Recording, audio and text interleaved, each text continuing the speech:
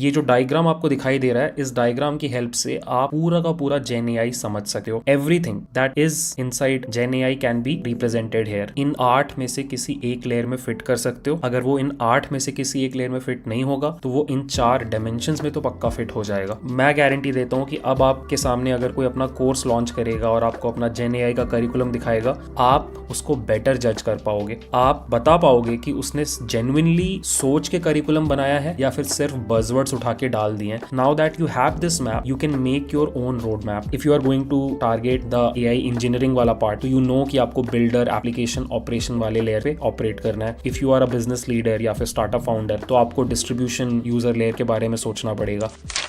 Hi guys, my name is Nitish and you welcome to my YouTube channel. अब अगर आप इस चैनल के रेगुलर व्यूअर हो तो आपको पता होगा कि मैं इस चैनल पे AI, data science, machine learning etcetera के अराउंड एजुकेशनल कंटेंट बनाता हूँ और ये काम मैं पिछले 5 सालों से कर रहा हूँ, चैट जीपीटी के भी आने के पहले से। अब इस पूरी जर्नी में मैंने अभी तक अराउंड 1300 वीडियोस बनाए होंगे, बट मुझे ऐसा लगता है कि ये जो आज का वीडियो है जो आप देख रहे हो, ये मेरी पूरी यूट्यूब जर्नी का सबसे इम्पॉर्टेंट वीडियो रहने वाला है। बिकॉज़ इस वीडियो में जो चीज़ें मैं आपके साथ शेयर करने वाला हूँ, मुझे ऐसा लगता है कि वो आपको बहुत हेल्प करेगा, स्टूडेंट्स को बहुत हेल्प करेगा और इसका इम्पैक्ट बहुत बड़ा होगा। अब आप सोच रहे होगे कि ऐसा क्या है इस वीडियो में, तो चलो मैं आपको थोड़ा सा हिंट देता हूँ। इस वीडियो में हम बात करेंगे जेन एआई की, और इस वीडियो में मैं आपको जेन एआई का एक ऐसा पिक्चर दिखाऊंगा, एक ऐसा पर्सपेक्टिव दूंगा जिसको देखने के बाद आपके दिमाग में जो भी कन्फ्यूजन है जेन एआई के अराउंड, जो भी लैक ऑफ क्लैरिटी है, वो सब दूर हो जाएगा। इनफैक्ट मैं यहाँ तक गारंटी करना चाहूँगा कि इस वीडियो को अगर आप एंड टू एंड देख लेते हो तो उसके बाद आप जेन एआई में कुछ भी पढ़ने जाओ, कुछ भी सीखने जाओ, आपका जो लर्निंग आउटकम है वो 10x से इम्प्रूव कर जाएगा। That is my promise. अब आई होप ये सब कुछ सुन के आपको बहुत एक्साइटिंग लग रहा होगा। अगर लग रहा है तो लेट्स स्टार्ट द वीडियो। अब इस वीडियो को स्टार्ट करने के पहले एक बार मैं आपको बताना चाहता हूँ कि मैंने ये वीडियो बनाया क्यों है। हुआ ये कि पिछले 1-1.5 महीनों में मैंने अपने नेटवर्क में बहुत अलग अलग तरह के लोगों से बातचीत की। मैंने बात की स्टूडेंट से, मैंने बात की वर्किंग प्रोफेशनल से, और मैंने अपने कुछ फ्रेंड से भी बात किया जो खुद स्टार्टअप फाउंडर्स हैं। और उन सब से मैंने कुछ कॉमन क्वेश्चंस पूछे। जैसे कि मेरा पहला क्वेश्चन उनसे था कि do you think gen AI has become really important in 2025? And guess what, सभी लोगों ने मुझे एक बहुत स्ट्रॉन्ग येस दिया एज एन आंसर। जब मैंने स्टूडेंट से ये क्वेश्चन पूछा तो उन्होंने अग्री किया और उन्होंने बोला कि हाँ, अब वो जिस भी इंटरव्यू में बैठते हैं वहाँ पे इंटरव्यूअर एक्सपेक्ट करता है कि उनको जेन एआई का स्ट्रॉन्ग नॉलेज हो। जब मैंने वर्किंग प्रोफेशनल से बात की तो उन्होंने बोला कि हाँ, हम डे टू डे बेसिस पे बहुत सारे जेन एआई टूल्स यूज़ कर रहे हैं। इनफैक्ट हर अगले दिन उनका जेन एआई टूल पे जो डिपेंडेंस है वो और बढ़ता जा रहा है। और जब मैंने स्टार्टअप फाउंडर्स से बात की तो उन लोगों ने बोला कि they also feel this pressure कि उनको अपने प्रोडक्ट्स और सर्विसेज में जेन एआई का इंटीग्रेशन करना पड़ेगा, नहीं तो उनके कंपेटिटर्स उनसे आगे निकल जाएंगे। फिर मैंने उनसे अगला क्वेश्चन पूछा कि क्या आप लोगों को जेन एआई जिस स्पेस पे ग्रो हो रहा है उस स्पेस को मैचअप करने में प्रॉब्लम हो रही है? एंड अगेन हर कोई बहुत स्ट्रांगली अग्री किया। स्टूडेंट्स ने बोला कि जितनी तेज़ी से नए टर्म्स, पेपर्स, आर्किटेक्चर्स सामने आ रहे हैं, हमारे लिए it's almost impossible to learn everything. और अगर हम कोई करिकुलम प्लान भी करते हैं तो वो विद इन 1 मंथ आउटडेटेड हो जाता है, कुछ नया मार्केट में आ जाता है। Similarly working professionals were constantly thinking about ये टर्म, ये पर्टिकुलर टूल यूज़ करना चाहिए या फिर कोई दूसरा टूल यूज़ करना चाहिए। जैसे ही वो कोई टूल मास्टर करते हैं, कोई दूसरा टूल मार्केट में आ जाता है जो पिछले वाले से बेटर होता है। And similarly for startup founders, उनको समझ ही नहीं आ रहा है कि वो किस तरीके से अपने प्रोडक्ट और सर्विसेज में जेन एआई का इंटीग्रेशन करें। फिर मैंने तीसरा क्वेश्चन पूछा कि क्या आप अपने लिए एक लर्निंग पाथ या करिकुलम ईजिली बना पा रहे हो या नहीं? And again as you can expect the answer was no. ये सब लोग, students, working professional, startup founders, सब के सब जब ऐसा सोच रहे हैं कि मुझे जेन एआई सीखना चाहिए, तो जो सबसे बड़ी प्रॉब्लम उनके सामने आ रही है वो ये है कि वो एक क्लियर कट करिकुलम ही नहीं डिफाइन कर पा रहे। और अगर आप क्लियर कट करिकुलम डिफाइन नहीं कर पाओगे तो ऑब्वियसली आप चीज़ें सीख नहीं पाओगे। तो ये 3 क्वेश्चंस मैंने पूछे और इन तीनों क्वेश्चंस में मुझे अक्रॉस स्पेक्ट्रम बिल्कुल सेम आंसर्स देखने को मिले। अब आप सोच रहे होगे कि मैं क्या पागल हूँ, लोगों से जा जा करके मैं इस तरह के क्वेश्चंस पूछ रहा हूँ। अब ये क्वेश्चंस मैंने लोगों से इसलिए पूछे बिकॉज मैं खुद इस प्रॉब्लम से जूझ रहा हूँ। सो मैं आपको बताता हूँ एक टीचर का पर्सपेक्टिव। मैं आई गेस मैं भी बहुत टीचर से बात करता हूँ, तो मैं शायद आपको ये बता सकता हूँ कि हम टीचर्स भी बिल्कुल सेम तरह की प्रॉब्लम से जूझ रहे हैं। मैं आपको अपनी पर्सनल स्टोरी बताता हूँ।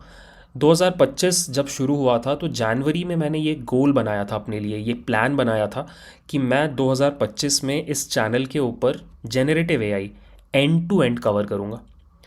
बट हुआ क्या कि ऑलमोस्ट हम नवंबर में आ चुके हैं और शायद मैंने 20% जेन एआई भी ठीक से कवर नहीं किया होगा। मैंने कुछ टॉपिक्स टच किए, कुछ टॉपिक्स कंप्लीट भी किए, बट ओवरऑल जो करिकुलम है जो तेज़ी से और बड़ा होता जा रहा है, मैं उस करिकुलम का 20% भी टच नहीं कर पाया। और इस पूरे साल हुआ क्या कि मैं एक प्लेलिस्ट से दूसरी प्लेलिस्ट पे जंप करता रहा। मैं कोई वीडियो डालता था, मान लो मैंने वीडियो डाला लैंगचेन के ऊपर, तो स्टूडेंट्स कमेंट करते थे कि सर अब आप लैंग्राफ के ऊपर वीडियोस डालो बिकॉज लैंग्राफ आ गया है। तो मैं दौड़ के जाता था लैंग्राफ के पास, मैं लैंग्राफ पे वीडियो डालता था तो सडनली से कमेंट आता था कि सर आप एमसीपी पे वीडियो बनाओ। तो मैं कॉन्स्टेंटली स्टूडेंट के डिमांड पे एक प्लेलिस्ट से दूसरी प्लेलिस्ट पे जंप करता रहा। और फाइनली हुआ ये कि मैं फ्रस्ट्रेट हो गया। और मैं इतना फ्रस्ट्रेट हो गया कि 1 महीने पहले मैंने यूट्यूब पे ये मैसेज डाला कि मैं अभी और कंटिन्यू नहीं कर सकता और आई नीड अ ब्रेक। और मैंने एक सॉलिड 30 डेज़ का ब्रेक लिया जहाँ पे मैं ये सोचने बैठा कि ये हो क्या रहा है। I take my job very seriously और मैंने प्लान किया था कि 2025 में मैं पूरा जेन एआई कवर करूँगा, बट मैं सिर्फ 20% पे ही ऑपरेट कर पा रहा हूँ और it got me totally frustrated. तो फिर काफ़ी दिन परेशान रहने के बाद और बहुत सारे लोगों से बात करने के बाद मैंने जो चीज़ रियलाइज़ की वो ये थी कि मैं सिर्फ़ और सिर्फ स्टूडेंट्स के डिमांड पे वीडियोस नहीं बना सकता। मैं प्लेलिस्ट टू प्लेलिस्ट जंप करके वीडियोस नहीं बना सकता। एज अ टीचर मेरे पास एक क्लियर रोड मैप होना चाहिए कि किस ऑर्डर में क्या टॉपिक्स मुझे कवर करने हैं, और यही एक तरीका है जेन एआई को सही से कवर करने का। फिर क्या हुआ, मैं रोड मैप बनाने में लग गया। बट रोड मैप बनाने के प्रोसेस में मैंने एक अजीब सी बात ऑब्ज़र्व की, और वो ऑब्ज़र्वेशन ये था कि रोड मैप को बनाने के बाद मुझे ऐसा लगा कि मेरे पास कोई क्लियर मेथोडोलॉजी नहीं थी कि मैं ये बता पाऊँ कि जो रोड मैप मैंने बनाया है क्या वो सच में अच्छा है या फिर इससे भी बेटर रोड मैप हो सकता है। आई डोंट नो मैं आपको ये बात समझा पा रहा हूँ कि नहीं। चलो मैं आपको एक एग्जांपल से ये बात समझाता हूँ। मान लो आप एक नई सिटी में गए हो और उस नई सिटी में आपको पॉइंट ए से पॉइंट बी पे जाना है, राइट। तो ऑब्वियसली आपको पॉइंट ए से पॉइंट बी का रोड मैप चाहिए, रास्ता चाहिए, ठीक है। और आपने एक रास्ता डिसाइड कर लिया, but how do you know कि जो रास्ता आपने डिसाइड किया है पॉइंट ए से पॉइंट बी जाने का वो बेस्ट और सबसे ऑप्टिमाइज्ड रास्ता है? आपको नहीं पता चलेगा। आपको तब तक बेस्ट रास्ता नहीं पता चलेगा जब तक आपके पास उस सिटी का मैप ना हो। अगर आपके पास उस सिटी का मैप होगा तो फिर आप उस मैप की हेल्प से first of all multiple road maps निकाल सकते हो पॉइंट ए से पॉइंट बी के बीच में, और साथ ही साथ उनको कंपेयर करके ये डिसाइड कर सकते हो कि कौन सा रोड मैप बेस्ट है। और यही चीज़ मेरे साथ हो रही थी रोड मैप बनाते हुए जेन एआई का। सिंस मेरे पास जेन एआई का कोई मैप नहीं था, कोई ओवरऑल ओवरव्यू नहीं था, तो मैं जो भी रोड मैप बना रहा था उसको मैं इवैल्यूएट नहीं कर पा रहा था। और फिर मैंने क्या किया कि मैंने इस रियलाइजेशन की हेल्प से लास्ट 30 डेज़ में बहुत मेहनत करके जेन एआई का एक मैप बनाया है। मैप बोल लो या फिर मेंटल मॉडल बोल लो या फिर आप एक पिक्चर बोल लो। और इस पिक्चर को बनाने के बाद एक बहुत पॉजिटिव चेंज आया मेरी लाइफ में, और वो चेंज ये है कि अब मैं बहुत क्लियरली जेन एआई का जो पूरा लैंडस्केप है उसको विजुलाइज कर पा रहा हूँ। मैं बहुत पावरफुल रोड मैप्स बना पा रहा हूँ अपने लिए, और इन जनरल जो मेरे दिमाग में कन्फ्यूजन था या फिर लैक ऑफ क्लैरिटी थी वो दूर हो गई है। और फिर मैंने यही सोचा कि अगर ये मेरे लिए काम कर रहा है तो आई एम प्रिटी श्योर ये आपके लिए भी काम करेगा। सो दैट इज़ माई डिसीजन कि इस वीडियो में मैं आपके साथ वो मैप शेयर करने वाला हूँ। नॉट ओनली मैं इसको शेयर करूँगा, बट उसके पहले मैं आपके साथ कुछ चीज़ें एज अ प्रॉमिस बोलना चाहता हूँ। आई प्रॉमिस कि जब आप ये पूरा का पूरा मैप स्टडी कर लोगे, ये पूरा वीडियो देख लोगे, तो उसके बाद आपके दिमाग में जेन एआई का जो कंप्लीट पिक्चर है वो क्लियर हो जाएगा। सेकंड, आप कोई भी टर्म उठा लो जेन एआई का, आप बहुत आसानी से उसको हमारे मैप के ऊपर फिट कर पाओगे। थर्ड, आप खुद को उस मैप में लोकेट कर पाओगे कि आप कहाँ पे लाई करते हो और आप कहाँ पे जाना चाहते हो। एंड फोर्थ, सबसे इम्पॉर्टेंट, आप एजुकेटेड फील करोगे, आप लिटरेट फील करोगे। कल को कोई हमारी जैसी कंपनी जेन एआई का कोर्स लॉन्च करेगी, वो अपना करिकुलम आपको दिखाएंगे, तो आप उस करिकुलम को देख के ये समझ पाओगे कि जो करिकुलम बनाया गया है क्या वो सच में अच्छा है या फिर सिर्फ उसमें बज़वर्ड्स डाल दिए गए हैं। And these are my promise जो मुझे लगता है कि मैं डिलीवर कर पाऊँगा अगर आप ये वीडियो पूरा एंड टू एंड देखते हो। अब एक लास्ट चीज़, किसके लिए है ये video? The answer is each and every one. आप स्टूडेंट हो, वर्किंग प्रोफेशनल हो, स्टार्टअप फाउंडर हो, बहुत बड़ी कंपनी में एक लीडर हो, आप सबको ये वीडियो इक्वली हेल्पफुल लगेगा। मुझे बस आपसे दो चीज़ें चाहिए। फर्स्ट, आपको ये पूरा वीडियो देखना है, इफ़ पॉसिबल 2 बार देखो। और सेकंड, वीडियो को देखने के बाद, इस मैप को स्टडी करने के बाद, आपको इस मैप को टेस्ट करना है। ठीक है, टेस्ट कैसे करना है वो मैं आपको वीडियो के लास्ट में बताऊंगा। तो चलो गाइस, काफ़ी बातचीत हो गई, बहुत सारे प्रोमिसेस मैंने कर लिए। आई एम प्रीटी श्योर इस पॉइंट पे आप थोड़े इम्पेशेंट हो रहे होगे और आप देखना चाहते होगे कि वो मैप ऑफ जेन एआई आखिर दिखता कैसा है। तो चलो, लेट मी शो यू मेरी पिछले 30-35 दिनों की मेहनत। मैं आपको दिखाता हूँ the map of generative AI. This right on your screen is what I call the map of gen AI. अब आई नो इस पॉइंट पे आप क्या फील कर रहे हो, आप डिसअपॉइंटेड फील कर रहे हो। आप बोल रहे हो कि सर आपने इतनी सारी बातें बोली, इतने सारे प्रोमिसेस किए, हम कुछ बहुत ख़तरनाक सी चीज़ एक्सपेक्ट कर रहे थे और आप हमें दिखा रहे हो एक सिंपल सा डायग्राम और आप इसको मैप ऑफ जेन एआई बुला रहे हो। तो I would just like to say one simple thing, that have patience. मैं अगले 1 घंटे में ये प्रूव करके दिखा दूंगा कि इस सिंपल लुकिंग डायग्राम की हेल्प से आप पूरे के पूरे जेन एआई को रिप्रेजेंट कर सकते हो, पूरे के पूरे जेन एआई लैंडस्केप को ऑर्गेनाइज कर सकते हो। This simple looking diagram has the power to be the map of gen AI, that is my guarantee. और ये अगले 1 घंटे में क्लियर हो जाएगा। ठीक है, तो please don't be impatient, don't be disappointed, give me your next 1 hour और देखो कैसे सब कुछ मैजिकली होगा। ठीक है, तो हमारा गोल अब ये है कि हम इस डायग्राम को बहुत केयरफुली स्टडी करेंगे। ठीक है, और डायग्राम को स्टडी करने के पहले मैं आपको इस डायग्राम का एक रफ ओवरव्यू दूंगा जो आपको आगे हेल्प करेगा। ठीक है, तो अगर आप केयरफुली इस डायग्राम को देखो तो आपको ये डायग्राम 2 पार्ट्स में डिवाइडेड दिखाई देगा। ठीक है, सो वन पार्ट इज़ जो कि ब्लू कलर में आपको दिख रहा होगा, जिसको मैं लेयर्स बुलाता हूँ, और सेकंड इज़ डायमेंशंस। ठीक है, तो हमारे इस पूरे के पूरे मैप ऑफ जेन एआई में टोटल मिला के 8 लेयर्स हैं। ठीक है, and there is a feedback cycle. और डायमेंशंस की अगर बात करें तो हमारे मैप में देर आर 4 डायमेंशंस जो across all the layers present है। और अब इस वीडियो में गोइंग फॉरवर्ड मैं स्टेप बाय स्टेप ये डायग्राम, ये मैप आपके सामने बिल्ड करूँगा। पहले हम फोकस करेंगे लेयर्स वाले पार्ट में, जहाँ पे मैं एक एक करके ये सारे लेयर्स ऐड करता जाऊँगा और फिर हर लेयर को बहुत प्यार से एक्सप्लेन करूँगा।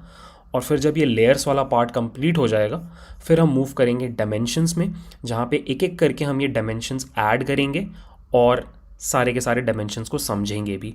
And by the end of the video आपके स्क्रीन पे वापस यही डायग्राम दिखाई देगा, बट इस बार आपके पास बहुत ज़्यादा क्लैरिटी होगी about the entire landscape of gen AI. अब मैप का एक्सप्लेनेशन स्टार्ट करने के पहले एक बार मैं आपको सेटअप समझा देता हूँ। ये सेम सेटअप आपको पूरे वीडियो में दिखाई देगा। सो मैंने क्या किया है, पूरे के पूरे स्क्रीन को दो पार्ट्स में डिवाइड कर लिया है। लेफ़्ट साइड में मैं स्टेप बाय स्टेप मैप या फिर हमारे डायग्राम को डेवलप करके दिखाऊंगा, और राइट साइड में हम क्या करेंगे कि जो भी करंट लेयर या फिर डायमेंशन की हम बात करेंगे उसका डिटेल्स आपको यहाँ पे देखने को मिलेगा।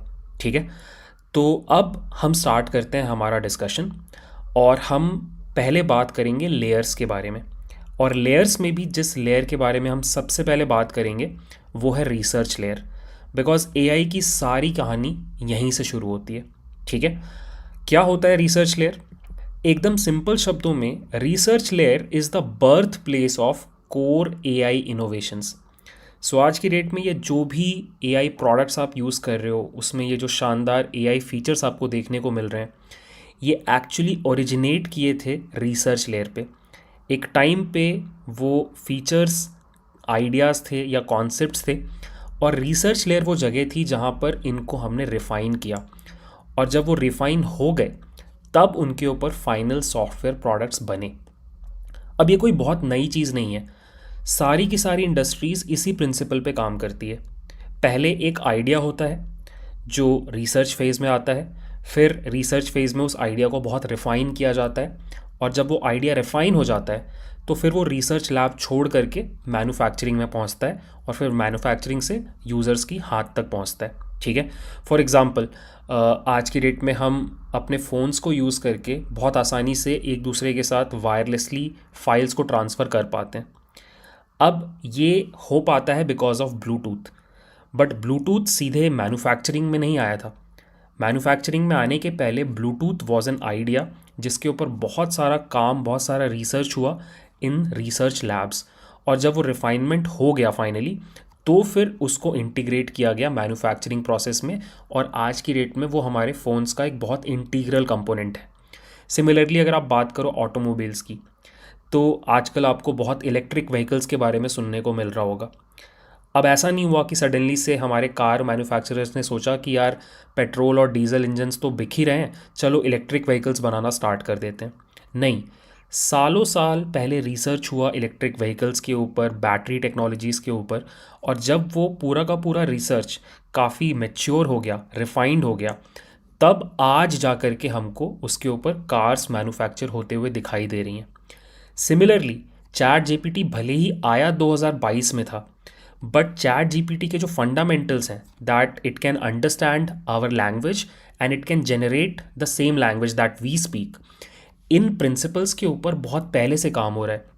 और 2017 में जा कर के attention is all you need बोल के पेपर आया जिसमें ट्रांसफॉर्मर आर्किटेक्चर इंट्रोड्यूस हुआ, और उस आर्किटेक्चर के इंट्रोड्यूस होने के बाद 5 सालों तक उसके ऊपर और काम चलता रहा, तब जाके हम चैट जीपीटी तक पहुँचे।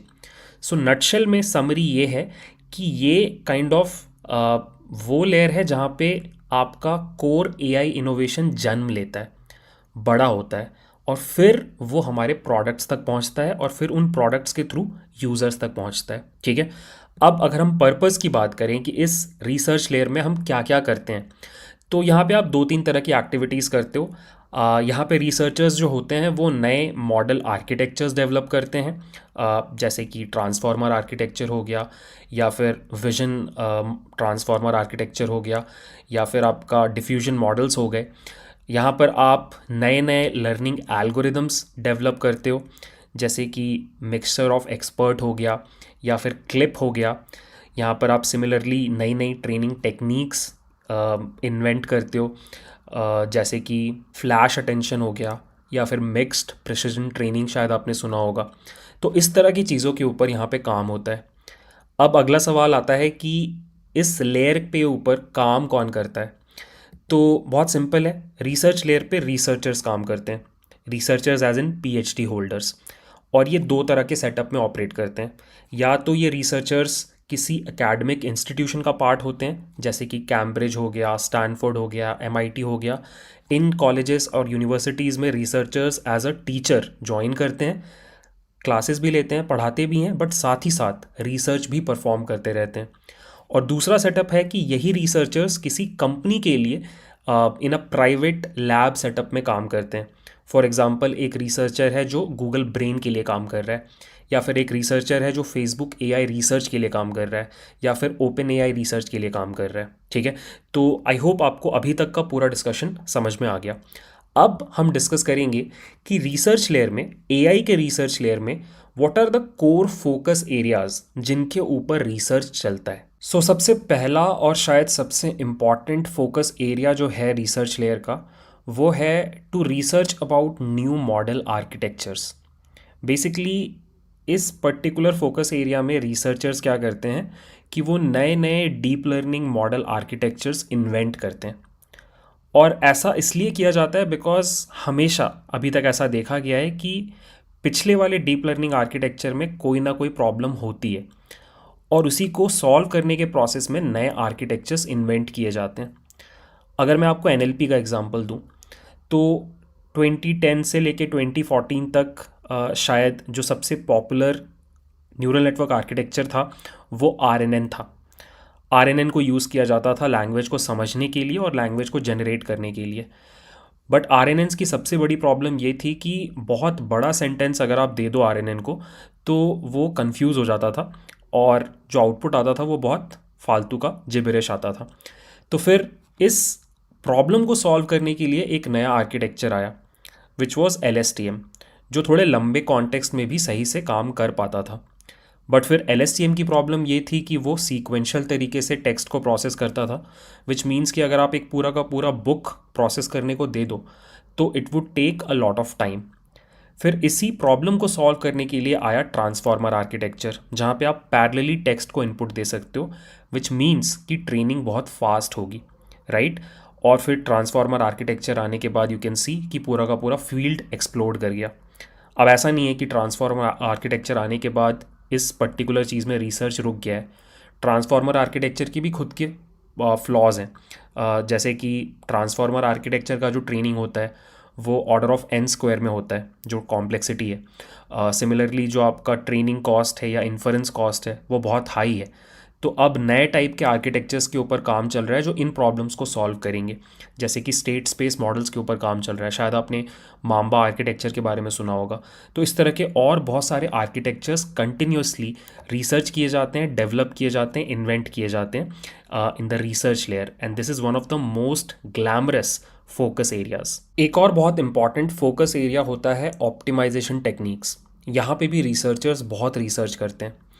अब होता क्या है यहाँ पे, और ये फोकस एरिया क्यों एग्जिस्ट करता है वो मैं आपको बताता हूँ। सो मैंने आपको बताया कि कॉन्स्टेंटली आप रिसर्च लेयर में नए नए न्यूरल नेटवर्क आर्किटेक्चर्स इन्वेंट करने की कोशिश करते हो। अब एक पैटर्न ये देखा गया है कि जैसे जैसे नए न्यूरल नेटवर्क आर्किटेक्चर्स आते हैं, नॉट ओनली वो बेटर होते हैं पिछले वाले से, but in most of the cases वो पिछले वाले आर्किटेक्चर से ज़्यादा बड़े भी होते हैं। बड़े होने का मतलब ये है कि उन आर्किटेक्चर्स में नंबर ऑफ पैरामीटर्स जो होते हैं, वेट्स एंड बायसेस, वो भी ज़्यादा होते हैं। फॉर एग्जांपल, जहाँ आरएनएन और एलएसटीएम्स में हज़ारों के नंबर में आपके पैरामीटर्स होते थे, वहीं ट्रांसफॉर्मर्स में बहुत आसानी से आपको लाखों या करोड़ों पैरामीटर्स देखने को मिल सकते हैं। अब ज़्यादा पैरामीटर्स होने का डाउनसाइड ये है कि जब आप इन आर्किटेक्चर्स के ऊपर ट्रेनिंग परफॉर्म करोगे तो ज़्यादा नंबर ऑफ पैरामीटर्स होने की वजह से जो ट्रेनिंग होती है वो स्लो होती है, और साथ ही साथ कॉस्टली भी होती है। तो बहुत ज़्यादा इस बात पे फोकस किया जाता है कि क्या हम कोई ऑल्टरनेट ऑप्टिमाइजेशन टेक्निक्स निकाल सकते हैं जिनकी हेल्प से हम इन बड़े मॉडल्स को भी कम टाइम में, कम पैसों में, ज़्यादा स्टेबल तरीके से ट्रेन कर पाएँ। और इस फोकस एरिया का एग्जैक्टली यही पर्पज़ है। तो बहुत अलग अलग तरह की ऑप्टिमाइजेशन टेक्निक्स पिक्चर में आई हैं पिछले 10 सालों में। अगर मैं आपको एक एग्जांपल दूं तो एक इंटरेस्टिंग एग्जांपल है मिक्स्ड प्रिसिजन ट्रेनिंग का। सो होता क्या है कि डीप लर्निंग में जब आप ट्रेनिंग परफॉर्म करते हो तो essentially behind the scenes matrix multiplication चल रहा होता है, ठीक है। और ये मैट्रिक्स मल्टीप्लिकेशन दो नंबर्स के बीच में हो रहा होता है। अब जनरली डीप लर्निंग में आप नंबर्स को FP32 फॉर्मेट में स्टोर करते हो मेमोरी में, floating point 32। The idea is कि आप ज़्यादा प्रिसिजन वैल्यूज़ रखते हो। इससे क्या होता है, जब आपके ग्रेडियंट्स कैलकुलेट होते हैं ड्यूरिंग द ट्रेनिंग प्रोसेस, वो ज़्यादा स्टेबल रहते हैं। बट ओवर टाइम रिसर्चर्स ने ये फिगर आउट किया कि अगर आप FP32 वैल्यूज़ में एज इन कुछ नंबर्स को FP32 से FP16 पे ले आते हो तो भी आपका जो ग्रेडियंट्स हैं वो स्टेबल ही रहते हैं, बट फ़ायदा ये होता है कि आपको कम मेमोरी को यूटिलाइज़ करने का ज़रूरत पड़ता है। और कम मेमोरी यूटिलाइज़ करने से क्या होता है कि आपका ओवरऑल ट्रेनिंग थोड़ा फास्ट और काइंड ऑफ कम कॉस्टली हो जाता है। तो ये एक ऑप्टिमाइजेशन टेक्निक है जो पिछले 5-6 सालों में निकल के आई है, और आज जो मॉडल्स ट्रेन किए जाते हैं वहाँ पे यूज़ किया जाता है। एक और बहुत इंपॉर्टेंट फोकस एरिया है अलाइनमेंट का। अब अलाइनमेंट क्या होता है मैं आपको डिटेल में समझाता हूँ। होता क्या है कि ये जो एलएलएम्स आप यूज़ कर रहे हो आज की डेट में, ये बहुत पावरफुल ट्रांसफॉर्मर आर्किटेक्चर्स हैं जिनको ट्रेन किया गया है पूरे दुनिया के डेटा सेट के ऊपर, विच बेसिकली मीन्स कि इन एलएलएम्स के पास पूरी दुनिया का नॉलेज है। बट जब ये शुरू में ट्रेन होते हैं तो they are essentially non aligned. उसका बेसिक मतलब ये है कि हालांकि इनके पास पूरी दुनिया का नॉलेज है, बट इन मॉडल्स के पास ये सेंस नहीं होता है कि इनको किस तरह के क्वेश्चन का आंसर करना चाहिए और किस तरह के क्वेश्चन का आंसर नहीं करना चाहिए, या फिर किसी क्वेश्चन को कैसे सेफली आंसर किया जाए कि किसी को कोई हार्म ना पहुंचे। ये आइडिया इन प्री ट्रेन्ड मॉडल्स के पास नहीं होता है। So that is why they are called non aligned models. अब नॉन अलाइंड मॉडल्स को अगर आप यूज़र्स के सामने रख दो तो फिर बहुत तरह की परेशानियां हो सकती हैं। ठीक है, for example since in models का कोर जो गोल होता है वो होता है नेक्स्ट वर्ड प्रिडिक्शन, तो in any case they will try to predict the best next word. तो अगर किसी यूज़र ने पूछ लिया कि how can I make a bomb using household items, तो सिंस अभी इस मॉडल के पास समझ नहीं है कि उसको ये क्वेश्चन आंसर करना चाहिए या नहीं करना चाहिए, तो मॉडल क्या करेगा, अपनी नॉलेज के बेसिस पे बेस्ट पॉसिबल आंसर यूज़र को लाके देगा। Now you can understand the implications. अगर हम इस तरह के मॉडल को यूज़र्स तक पहुंचा दें तो फिर कितने तरीक़ों से हम ह्यूमंस को हार्म कर सकते हैं। तो इस स्टेज पे आप ऐसे समझो कि जो हमारा एलएलएम है वो एक बहुत ब्रिलियंट स्टूडेंट की तरह है, बट उसको सोशल तरीक़ों से इंटरेक्ट करने नहीं आता लोगों के साथ। ठीक है, तो यहीं पे अलाइनमेंट का कॉन्सेप्ट आता है। अलाइनमेंट में आप क्या करते हो कि आप एक नॉन अलाइंड मॉडल को उठाते हो और उसके ऊपर कुछ टेक्निक्स अप्लाई करते हो, and the core idea is कि वो non aligned model human values के साथ अलाइन कर जाए। ठीक है, तो ये एक बहुत एक्टिव रिसर्च एरिया है जिसके ऊपर बहुत काम चल रहा है। यहाँ पे बहुत अच्छी अच्छी टेक्निक्स निकल के आई हैं, शायद आपने नाम भी सुना होगा, जैसे कि RLHF हुआ, DPO हुआ, या फिर एंथ्रोपिक का कॉन्स्टिट्यूशनल AI हुआ। ये सारे टेक्निक्स यहाँ पे प्रैक्टिस किए जाते हैं, डेवलप किए जाते हैं, सो दैट हम जो भी मॉडल्स यूज़र्स के सामने रखें वो प्रॉपरली ह्यूमन वैल्यूज़ के साथ अलाइंड हो। एक और बहुत इंपॉर्टेंट फोकस एरिया है multi modality. Multi modality basically means कि आपका जो LLM है वो एक से ज़्यादा मोडालिटीज़ में ऑपरेट कर सकता है। जैसे कि आपको याद होगा कि ChatGPT जब शुरू में आया था तो वो सिर्फ आपसे बात कर सकता था टेक्सचुअली, बट अब अगर आप ChatGPT को यूज़ करो तो आपको दिखाई देगा कि आप वहाँ पे इमेजेस अपलोड कर सकते हो, आप वहाँ पे बात करके एज इन स्पीच के थ्रू भी कम्युनिकेट कर सकते हो। इनफैक्ट अगर आप अभी जेमिनाई का एग्जांपल लो तो जेमिनाई को यूज़ करके आप लिटरली अपना स्क्रीन शेयर करके क्वेश्चंस पूछ सकते हो। तो अब आप मल्टीपल मोडालिटीज़ में ऑपरेट कर पा रहे हो। टेक्स्ट से अब इमेज आ गया, इमेज से वीडियो आ गया, वीडियो से आपका स्पीच आ गया।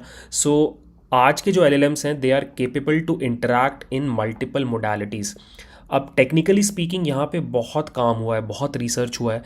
पहले जब इस तरह के मल्टी मॉडल सिस्टम्स बनाए गए थे तो वहाँ पे क्या होता था कि दो साइड बाय साइड मॉडल्स को ट्रेन किया जाता था। एक मॉडल टेक्स्ट को हैंडल करता था, दूसरा मॉडल इमेज को हैंडल करता था। फिर धीरे धीरे इस आर्किटेक्चर को इम्प्रूव किया गया बिकॉज दिस वाज इनएफिशिएंट। तो फिर ऐसे आर्किटेक्चर्स आए जहाँ पे दो एनकोडर्स होते थे, एक एनकोडर टेक्स्ट को हैंडल करने के लिए, एक एनकोडर आपका टेक्स्ट इमेज को हैंडल करने के लिए। फिर उससे इवॉल्व होकर के एक नया आर्किटेक्चर आया जहाँ पे एक single encoder decoder ground up से अलग अलग मोडालिटीज़ को अंडरस्टैंड कर पा रहा है। तो this is one research area जहाँ पे कॉन्स्टेंटली काम हो रहा है, और गोल बस ये है कि एक AI बहुत सीमलेसली आपके लाइफ के अलग अलग एस्पेक्ट्स में फिट हो पाए। ठीक है, आपको चैट करके बात करनी है आप कर सकते हो, आप स्क्रीन शेयरिंग करना चाहते हो आप कर सकते हो। तो this is the research area जिसकी हेल्प से ये सब कुछ पॉसिबल हो पा रहा है। नेक्स्ट फोकस एरिया है interpretability, and trust me guys this is also a very important focus area. Interpretability का सिंपल मतलब है कि आप अपने मॉडल का जो भी एक्शन है उसको समझ पाओ, कि आपके मॉडल ने अगर कोई आउटपुट दिया तो उसने क्या सोच के वो आउटपुट दिया, ये रीजनिंग आप समझ पाओ। अनफॉर्चुनेटली आज की डेट में जितने भी डीप लर्निंग मॉडल्स हैं वो ब्लैक बॉक्स मॉडल्स हैं, विच बेसिकली मीन्स कि they give you good results but they don't tell you कि वो उस रिजल्ट पे कैसे अराइव किए। And same is true for these LLMs. Since these are also deep learning models, they are also essentially black box models. And this is one of the main reasons कि इतना capable होने के बावजूद banks and other financial institutions they stay away from LLMs. आप देखोगे कि किसी भी बैंक्स या फिर फाइनेंशियल इंस्टीट्यूशन का जो बैक एंड सर्विसेज है वहाँ पे अगर कोई भी AI सिस्टम चल रहा है तो वहाँ पे generally they avoid using LLMs, क्योंकि उनको अपने स्टेक होल्डर्स को नॉट ओनली रिजल्ट्स देने होते हैं बट साथ ही साथ एक्सप्लेन भी करना होता है कि वो रिजल्ट्स क्यों आए। फॉर एग्जांपल अगर आप एक लोन प्रोसेसिंग सिस्टम के बैकएंड पे एक LLM को लगा दो जो कि एक कस्टमर के प्रोफाइल को स्टडी करके डिसाइड करेगा कि उसको लोन मिलना चाहिए या नहीं, अब there is a good chance कि आपका LLM मोस्टली सही डिसीजन ले, बट वो डिसीजन लेने के बाद आपको कभी भी ये नहीं बताएगा कि उसने ये डिसीजन क्यों लिया, उसको सामने वाले की प्रोफाइल में क्या कमी लगी कि उसने लोन डिक्लाइन कर दिया। अब ऑब्वियसली आपका कस्टमर आके आपसे पूछेगा कि अगर आपने मेरा लोन डिक्लाइन किया है तो can you tell me reason क्या है। अनफॉर्चुनेटली अगर आप LLMs को यूज़ कर रहे हो तो आप नहीं बता पाओगे अपने कस्टमर को। तो ये एक बहुत बड़ा ब्लॉकेज है। LLMs इसीलिए अभी यूनिवर्सली हर जगह पे यूज़ नहीं हो पा रहे हैं because interpretability matters, and that is Y आज के रिसर्च का जो पूरा लैंडस्केप है वहाँ पे interpretability has become a very important research area. ठीक है, एंड दैट इज़ वाई अलग अलग टाइप की टेक्निक्स के ऊपर काम चल रहा है। अभी रिसेंटली एक बहुत पॉपुलर टेक्निक आई है, शायद आपने नाम भी सुना होगा, मैकेनिस्टिक इंटरप्रेटेबिलिटी। तो वो और उस तरह की जो बाकी टेक्निक्स हैं वो इस पर्टिकुलर फोकस एरिया का पार्ट बनती हैं। और लास्ट फोकस एरिया है इमर्जेंट फिनोमेना। अब इमर्जेंट फिनोमेना क्या होता है मैं आपको बताता हूँ कि होता क्या है कि आप जैसे जैसे अपने ट्रेनिंग का स्केल बढ़ाते हो, विच बेसिकली मीन्स कि आप और बड़ा मॉडल ट्रेन करते हो in terms of number of parameters या फिर और ज़्यादा डेटा पे ट्रेन करते हो मॉडल को, तो सडनली से आफ्टर अ सर्टेन थ्रेशोल्ड आपके मॉडल के अंदर कुछ अनएक्सपेक्टेड सरप्राइजिंग कैपेबिलिटीज़ आ जाती हैं जो लोगों ने एंटिसिपेट नहीं किया होता है। फॉर एग्ज़ाम्पल अगर आप एक LLM को एक सर्टेन लिमिट से ज़्यादा बड़ा ट्रेन करो तो उसके अंदर अरिथमेटिक कैलकुलेशन करने की कैपेबिलिटी आ जाती है। जैसे बेसिक 2+2=4 ये छोटे LLMs भी कर सकते हैं, but proper calculation like 3-4 steps का कैलकुलेशन, बड़े नंबर्स के साथ का कैलकुलेशन, ये एक सर्टन स्केल अचीव करने के बाद ही आता है और ये लोगों ने एंटिसिपेट नहीं किया था। ये एक इमर्जेंट कैपेबिलिटी है। Similarly step by step reasoning, ये एक ऐसी कैपेबिलिटी है जो छोटे LLMs के पास नहीं होती है, बट आप जैसे ही 300-400 बिलियन पैरामीटर्स का मार्क क्रॉस करते हो तो उसके बाद के LLMs के अंदर ऑटोमेटिकली रीजनिंग कैपेबिलिटी आ जाती है। तो इस पर्टिकुलर फोकस एरिया में होता क्या है कि यहाँ पे स्टडी किया जाता है कि ये इमर्जेंट फिनोमेनास क्यों आ रहे हैं, किस स्केल पे आ रहे हैं और इनको कैसे सेफली यूज़ किया जा सकता है, एज अ फीचर इसको लॉन्च किया जा सकता है। ये सारे चीज़ों की पढ़ाई इस पर्टिकुलर फोकस एरिया में होती है। So it's a very interesting focus area और इसके ऊपर आपको बहुत इंटरेस्टिंग पेपर्स देखने को मिलेंगे, जैसे कि इन कॉन्टेक्स्ट लर्निंग भी एक तरीके का इमर्जेंट फिनोमेना है जो छोटे मॉडल्स में उतना स्ट्रॉन्ग नहीं है, बट जैसे जैसे बड़े मॉडल्स आने लग गए वहाँ पे इन कॉन्टेक्स्ट लर्निंग भी बहुत स्ट्रांगली दिखता है। सो आई होप अभी तक हमने जितना भी डिस्कशन किया रिसर्च लेयर में वो सब कुछ आपको क्लियर है। हमने सिंपली ये डिस्कस किया कि रिसर्च लेयर पे क्या होता है, कौन लोग यहाँ पे काम करते हैं, क्या क्या काम करते हैं। अब एक लास्ट चीज़ और यहाँ पे डिस्कस करना चाहूँगा कि इस लेयर से आउटपुट क्या निकलता है जो आगे के लेयर्स को मिलता है। सो अगर आउटपुट की बात करें तो यहाँ पे जो सबसे इम्पॉर्टेंट आउटपुट आपको देखने को मिलेगा वो मोस्टली होते हैं रिसर्च पेपर्स। ठीक है, तो रिसर्चर्स रिसर्च परफॉर्म करते हैं, एक्सपेरिमेंट्स कंडक्ट करते हैं और उन सब चीज़ों को समराइज़ करके रिलीज़ करते हैं in the form of a research paper. Attention is all you need is a research paper. Scaling laws के ऊपर जो इन्फॉर्मेशन आया that was a research paper. RAG के ऊपर जो इन्फॉर्मेशन आया that was a research paper. So जो primary output होता है रिसर्च लेयर का वो होता है एक रिसर्च पेपर। ठीक है, और इसके अलावा कभी कभी रिसर्च लेयर से स्टैंडर्डाइज्ड बेंचमार्क डेटा सेट्स निकल के आते हैं। आपने शायद मशीन लर्निंग में भी इनके ऊपर काम किया होगा, एमनेस्ट हुआ, साइफार हुआ, और इस तरह के और बहुत सारे डेटा सेट्स भी आपके रिसर्च लेयर से निकलते हैं। और कभी कभी कुछ बेंचमार्क्स होते हैं वो भी आपके रिसर्च लेयर में ही डेवलप किए जाते हैं कि how do you measure the performance of a model. तो उसके लिए बेंचमार्क्स क्रिएट किए जाते हैं। ठीक है, फॉर एग्जांपल ब्लू बोल के एक बेंचमार्क या मेट्रिक है जिससे आप क्वालिटी ऑफ ट्रांसलेशन मेजर करते हो, तो वो सब भी रिसर्च लेयर की ही देन है। सो विद दैट हमने हमारा डिस्कशन कंप्लीट कर लिया about our first layer that is research layer. अब हम मूव करते हैं हमारे नेक्स्ट लेयर की तरफ जो कि है फाउंडेशन लेयर। सो फाउंडेशन लेयर को आप इस पूरे के पूरे मैप का फैक्ट्री या फिर मैन्युफैक्चरिंग यूनिट बोल सकते हो। सो इस पर्टिकुलर लेयर में होता क्या है कि आपके पास रिसर्च लेयर से आइडियाज़ आ गए हैं। फॉर एग्जांपल 2017 में ट्रांसफार्मर पेपर आ गया और सबने रियलाइज़ कर लिया कि this is a very powerful architecture. But वो आर्किटेक्चर अगर सिर्फ एक रिसर्च पेपर में बैठा रहे तो वो कोई इम्पैक्ट क्रिएट नहीं कर पाएगा। तो आपको क्या करना होता है, आपको उसको एक एक्चुअल वर्किंग फाउंडेशन मॉडल में कन्वर्ट करना होता है और वो काम एग्जैक्टली फाउंडेशन लेयर में किया जाता है। सो यहाँ पे लिखा हुआ है this is where research ideas are converted to large scale AI models. जो बड़े मॉडल्स बनाए जाते हैं और उनकी जो ट्रेनिंग की जाती है वो आप फाउंडेशन लेयर में करते हो। अगर इसका पर्पज़ हम डिस्कस करें तो यहाँ पे मेनली आपके 3 पर्पज़ होते हैं। पहला होता है जाइंट स्केल फाउंडेशन मॉडल्स को ट्रेन करना।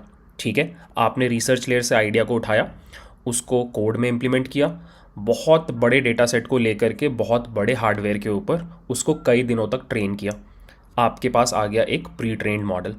उसके बाद सेकंड टास्क इस लेयर में होता है to make it aligned with human values, जो हमने थोड़ी देर पहले अलाइनमेंट का कॉन्सेप्ट डिस्कस किया। तो आप फिर क्या करते हो, प्री ट्रेन मॉडल को उठाते हो, उसको अलाइन करते हो। एंड थर्ड एक और इम्पॉर्टेंट टास्क जो यहाँ पे किया जाता है वो है फाइन ट्यूनिंग। सो कभी कभी ऐसा होता है कि आपका जो एक जनरल फाउंडेशन मॉडल है वो ऐसे तो अच्छा परफॉर्मेंस देता है, बट कभी कभी ऐसा हो सकता है कि आपको किसी स्पेसिफिक डोमेन में और बेटर परफॉर्मेंस चाहिए। फॉर एग्जांपल आपको एक कोडिंग स्पेसिफिक फाउंडेशन मॉडल चाहिए, तो अब आप क्या करोगे, आप अपने प्री ट्रेन्ड मॉडल को उठाओगे, pre trained and aligned model को उठाओगे और फिर उसको और अलग से ट्रेन करोगे ऑन कोडिंग स्पेसिफिक डेटा। या फिर अगर आप मेडिकल डोमेन में जाना चाहते हो तो आप अपने प्री ट्रेन मॉडल को उठाओगे और उसको अगेन थोड़ा सा ट्रेन करोगे या बोलो कि फाइन ट्यून करोगे ऑन मेडिकल स्पेसिफिक डेटा। ठीक है, तो ये 3 मेन चीज़ें फाउंडेशन लेयर में की जाती हैं, फाउंडेशन मॉडल्स की ट्रेनिंग, उनका अलाइनमेंट एंड उनकी फाइन ट्यूनिंग। ठीक है, अब अगला सवाल, कौन काम करता है यहाँ पे? तो यहाँ पे बहुत अलग अलग तरह के लोग काम करते हैं। आपके अप्लाइड साइंटिस्ट काम करते हैं, ऐसे लोग जो रिसर्च भी जानते हैं और उन रिसर्च को प्रैक्टिकली कोड में कन्वर्ट करना भी जानते हैं। फिर आपके डेटा साइंटिस्ट लोग यहाँ पे काम करते हैं, because obviously you have to implement models at a giant scale, you need data scientist for that. आपके एमएल इंजीनियर्स काम करते हैं और बेसिकली ये जो बड़ी टेक कंपनीज़ हैं, ओपन एआई, गूगल, माइक्रोसॉफ्ट, ये लोग यहाँ पे ऑपरेट करती हैं बिकॉज इनके पास ही इतना पैसा है कि ये इतने जाइंट स्केल मॉडल्स की इतने ह्यूज अमाउंट ऑफ डेटा पे ट्रेनिंग करवा पाएँ। ठीक है, तो आई होप आपको थोड़ा आइडिया लग गया फाउंडेशन लेयर के बारे में। नाउ लेट्स डिस्कस कि what are the key focus areas जिसके ऊपर फाउंडेशन लेयर में काम होता है। अब फाउंडेशन लेयर में जो सबसे पहला फोकस एरिया है वो है डेटा प्रिपरेशन का। इसको मैंने सबसे पहले इसलिए रखा है बिकॉज इसके बिना आगे का काम हो ही नहीं सकता। खुद सोच के देखो, आपको एक जाइंट स्केल फाउंडेशन मॉडल को ट्रेन करना है। अब आप इस ट्रेनिंग को करोगे कैसे? ऑब्वियसली आपको इस स्केल के मॉडल को ट्रेन करने के लिए इसको बहुत सारा डेटा दिखाना पड़ेगा। अगर आपने एक बहुत बड़े मॉडल को छोटे से डेटा सेट पे ट्रेन किया तो क्या कोई फ़ायदा होगा? इट्स लाइक आपके पास एक ब्रिलियंट बच्चा है बट आप उसको 3-4 किताबें पढ़ा करके बस भेज दे रहे हो जॉब करने, क्या वो उतना अच्छा परफॉर्म कर पाएगा? नहीं। नाउ इमेजिन अ स्टूडेंट जो बहुत ही ब्रिलियंट है, बहुत ही शार्प है, और उसको आपने बहुत एजुकेट किया, बहुत पढ़ाई करवाई, बहुत सारे बुक्स उसने पढ़े, तो ऑटोमेटिकली उसका परफॉर्मेंस बहुत इंप्रूव कर जाएगा कोई भी काम वो करे। तो यही होता है फाउंडेशन मॉडल्स के साथ। यहाँ पर आप उसको बहुत बड़े स्केल के डेटा सेट के ऊपर ट्रेन करते हो सो दैट वो अलग अलग टाइप की कैपेबिलिटीज़ सीखे। अब प्रॉब्लम ये है कि इस स्केल का डेटा अरेंज कर पाना बहुत ही मुश्किल होता है। अगर मैं आपको एग्जांपल दूं तो GPT-3 जो था, जो कि शायद 3-4-5 साल पहले आया था, वो एस्टिमेटेड है कि अराउंड 570 GB के डेटा सेट के ऊपर ट्रेन हुआ है। आज के जो मॉडल्स हैं उनको ट्रेन करने के लिए आपको रफली ट्रिलियंस ऑफ टोकन्स चाहिए होते हैं। अब इतना बड़ा डेटा सेट क्यूरेट करना खुद में एक बहुत चैलेंजिंग काम है। और ये तो बात हो गई सिर्फ क्वांटिटी की। इसके अलावा आपको और एस्पेक्ट्स के ऊपर भी फोकस करना पड़ता है, जैसे कि quality of the data set. आप ऐसा नहीं करोगे कि कुछ भी डेटा फाउंडेशन मॉडल को दे दोगे ट्रेनिंग करने के लिए। अगर आपका डेटा लो क्वालिटी होगा तो आपके मॉडल का इंटेलिजेंस भी लो क्वालिटी होगा। Garbage in garbage out. इसके अलावा सेकंड आपको एक और चीज़ पे बहुत फोकस करना होता है, वो होता है diversity in your data set. आप चाहोगे कि आप हर तरह की चीज़ को अपने डेटा सेट में रखो बिकॉज यू वांट कि आपके फाउंडेशन नॉलेज के पास पूरी दुनिया का नॉलेज हो, राइट? तो आप चाहोगे कि मान लो आपने सिर्फ यूएस के डेटा पे ट्रेन कर दिया अपने फाउंडेशन मॉडल को, तो ऑब्वियसली जब कोई इंडिया का बंदा चैट करेगा तो उसको जो आंसर्स मिलेंगे वो थोड़े वो डिसअपॉइंटिंग ही होंगे, राइट? तो आपको चाहिए होता है equal representation across countries, across geographies, across domains, ठीक है? ये एक बहुत इंपॉर्टेंट चैलेंज है। थर्ड, आप चाहते हो कि आपका डेटा सेट जो है उसमें किसी भी तरह का प्रॉब्लम ना हो। प्रॉब्लम इन द सेंस, मान लो आपका डेटा सेट अच्छी क्वालिटी का है बट उसमें टॉक्सिसिटी है, एज इन टॉक्सिक सेंटिमेंट है। फॉर एग्जांपल ट्विटर है। अब ट्विटर पे बहुत सारा अच्छा कंटेंट भी है बट साथ ही साथ बहुत टॉक्सिक सेंटिमेंट भी रहता है। तो अगर आपने उस डेटा के ऊपर डायरेक्टली अपने मॉडल को ट्रेन कर लिया तो आउटपुट ये होगा कि आपके मॉडल को चीज़ें तो बहुत सारी पता होंगी बट ऐसा हो सकता है कि उसका जो सेंटिमेंट हो वो थोड़ा टॉक्सिसिटी की तरफ हो। तो आपको फिल्टरिंग परफॉर्म करनी होती है अपने डेटा सेट्स के ऊपर।